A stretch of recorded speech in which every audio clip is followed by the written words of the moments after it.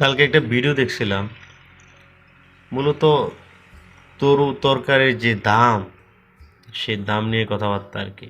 For example, একটা আলু নিয়ে কথা বলি। আমাদের এখন গ্রামেতে, কুমিল্লার ভিতরে আর কি, আমি জানি না অন্য অন্য জেলায় ওটা কি এরকমই চলে, ৭৫ টাকা ১ কিলো আলুর দাম। তো কালকে একটা ভিডিও দেখছিলাম হচ্ছে আপনার ইয়ের মধ্যে, ইউটিউবের মধ্যে। মনে হয় যে ইউনু গিয়ে হচ্ছে তাদেরকে ধরছে আর কি, যে আপনারা এত টাকা কেমনে বিক্রি করেন। আমাদের কাছে তো তথ্য আছে, এত টাকা না, সরকার তো এত টাকা দেয়নি। তো মূল কথা বলতে বলতে বলতে কলেস্ট্রল পর্যন্ত গেছে, যারা স্টক রেখে দিছে। তো তারা মূলত বিক্রি করে ৫৫ টাকা থেকে মনে হয় ৬৫ টাকা এমন। তো যাদের কাছে আছে এ, তারা এত টাকা বিক্রি করে, যারা কাছে নাই তারা কিনতেছে হচ্ছে এ, এত টাকা দিয়ে, তারা আবার বিক্রি করতেছে ৭৫ টাকা। কিন্তু কোলেস্টেরলা কোথেকে কিনে? তারা মূলত কিনতেছে যার থেকে মেইন ডিলার, তাদের থেকে কিনতেছে। তারাই মূলত দামটা বাড়াই দিছে, মেইন গোড়া। যখন আলু দেখতেছে নাই, বাড়াই দিছে ২২ টাকা ২৩ টাকা করে তারা কিনা, তারা বাড়াই দিছে, মনে করেন যে প্রায় প্রতি কেজিতে ৩৫-৩০ টাকা করে লাভ করতেছে। এইটা আবার যে ৭৫ টাকা যায় পড়তেছে।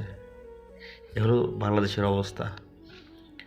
এই জন্য তো বলি যে মূলত ১ কেজি সোয়াবিনের দাম কোথায় সরকারের নির্ধারণ করে দিচ্ছে ১৩৫ টাকা। পাম অয়েলটা খোলাটা, মনে হয় পাম অয়েলটা খোলাটা।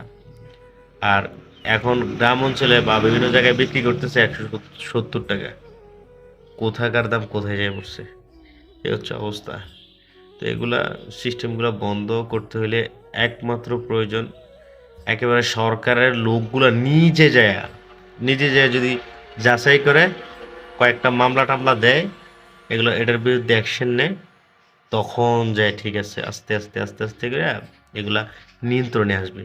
ইনভেস্টিগেশন করে যদি। এ হচ্ছে মূলত কাহিনী। বাংলাদেশের এই অবস্থা ভাই। খালি ওইগুলো দেখাবে ইকোনমি ডাউন, দেশের অর্থনীতি ভালো না, আমরা সামান পাই না, আমরা তো দাম বাড়াবে।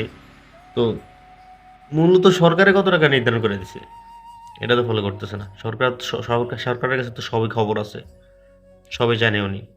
তো এগুলো জানার পরও হচ্ছে সাধারণ পাবলিক যে কিনতেছে আবার বিক্রিও করতেছে। এগুলো বন্ধ করা হোক।